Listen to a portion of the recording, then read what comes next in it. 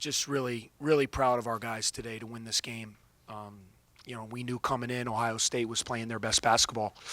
They had just had two big wins over Michigan State. They went on the road and won at Nebraska. And, you look at their starting five and the experience that they have with three juniors and two seniors, veteran ball club. It's been no secret. This has kind of been a house of horrors to us for a long time, especially since I've been here. We haven't had a lot of success in this building, and our guys were really determined today to come out and try to make the plays necessary to get a win. I thought it was a team effort. I thought a lot of guys did a lot of great things throughout the day.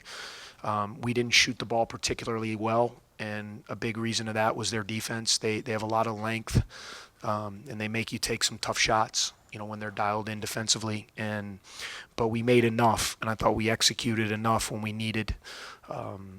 Scotty Lindsey hit some huge shots. I thought the three he hit from the out-of-bounds underplay was a big shot. And then I thought Isaiah Brown's 4 quick points, when he got in the lane and scored and then got a steal with a breakaway, were 4 big points. And then, Ohio State we had the 7-point lead, and Lyle hits a 30-footer like he always does. There was no mistake. I knew he was going in.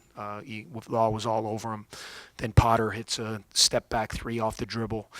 Loving gets a 3-point play on a rebound, and we had to keep getting the ball in bounds. We had to keep taking care of it, and we had to keep making free throws. And that's what we did to finish the game, and just really proud of my team.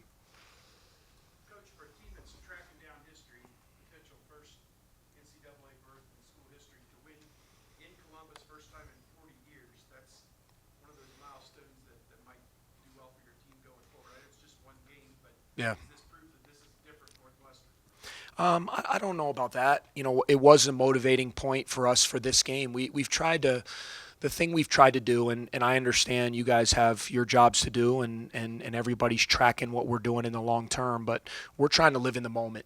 And our guys have done a great job of that. We got to live in the moment of each game. I mean, March is an eternity away. We still got 11 league games. I mean, it's not even relevant to be talking about that right now. What was a motivating force, though, for this game was the streak you were talking about. I think it was almost 15,000 days since Northwestern had won a game. I think I was 3 years old at the time.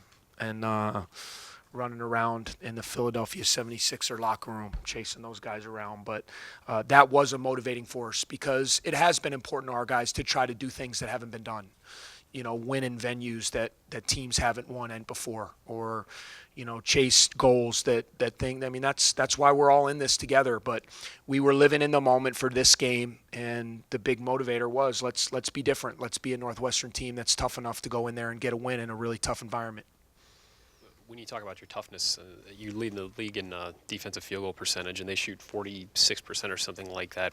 What ended up, in your mind, being the key to overcoming something like that and still getting the win? Yeah, I thought their big guys were really hurting us in the first half and pretty much the whole game. I thought Tate and Thompson played really well. They're 10 for 18 to the two of those guys combined. We wanted to do a better job on those guys, but we really felt like if we could take away Williams, Loving's threes, then when they get Thompson and Tate going inside with Williams and Loving hitting threes, and what Jaquan's going to do. He's one of the best point guards in the conference. So when they get all those things working, they're very difficult to beat. So, we tried to put a heavy emphasis on defending the three-point line. They still ended up making 8. I just thought our ability to create some turnovers was big. I mean, forcing 13 turnovers and to get 17 points off of our turnovers. I thought that, if you look at the stat sheet, to me, those two numbers really, really jump out on a night where, we really didn't shoot the ball great. 7 for 24 from 3, and we shoot 38%. So it showed a lot about our guys to just hang in there. I think they got up on us by 3, in the second half, and, could very easily fold, especially when you're on the road. And we dug down and made a nice run and finished the game off. Chris, along those lines, Derek Pardon, who's obviously from Ohio, he had some good hustle moments, felt like. And there was one rebound he had on a ball that was like off the top of the backboard. Yeah. Remember that? Yeah, no, I mean, Derek, that's what he does. He's an energy guy. He's giving up a lot of size there to Thompson. He's battling that guy all night. For Derek, it's always big. Derek and Gavin are Ohio boys. So, you grow up following Ohio State. So now all of a sudden it's kind of for those guys, you're on that court, and it means a little bit more when you get to come home and play. So, and for Derek, I mean, he played in his high school, I believe his high school state championship games in here, Villa Angela St. Joe's. So this is a special game for him. I thought he battled all night against, one of the better big guys in our league, and Trevor Thompson. You had a little extra support from Fitz. Is he out here recruiting or just supporting or what? I think he's just supporting us, man. Like Fitz and I, we've become really close friends, and to see him back there rooting us on, it means a lot to me because, in my opinion, he is Northwestern. And when I think of Northwestern, that's who I think of. I think of Fitz. So to see him, to glance at him a couple times out of timeouts, kind of giving me that let's go, rah-rah look. I knew I had to get my act together and get my team playing well, but it was awesome to have him here. And to me, that's what our school's all about. I love being at a place where the family atmosphere, the camaraderie, it's a small, we're a smaller school. We really rally around each other, the coaches, the student athletes, and it's makes it really fun about, going through this journey, knowing the kind of support we have. Coach, in previous years, you've run into games like this, maybe haven't won as many of them. This year, we've seen a little bit more pulling out in close moments. Do you think that the last 2 minutes were a product of going through things like this over the last three? I hope few so. years? We withstood. We took care of the ball, which was big. In some of our past games, we'd had some costly turnovers late against pressure. I thought we got the ball to the right guys, our bets, and we went up and we made pressure free throws.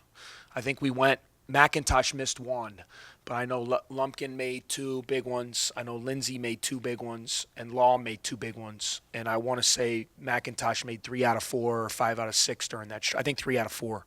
So, you go 7 for 8 or 9 for 10, whatever it is. I'm not very good at math. I was a 3-point shooter, so I can count in threes only.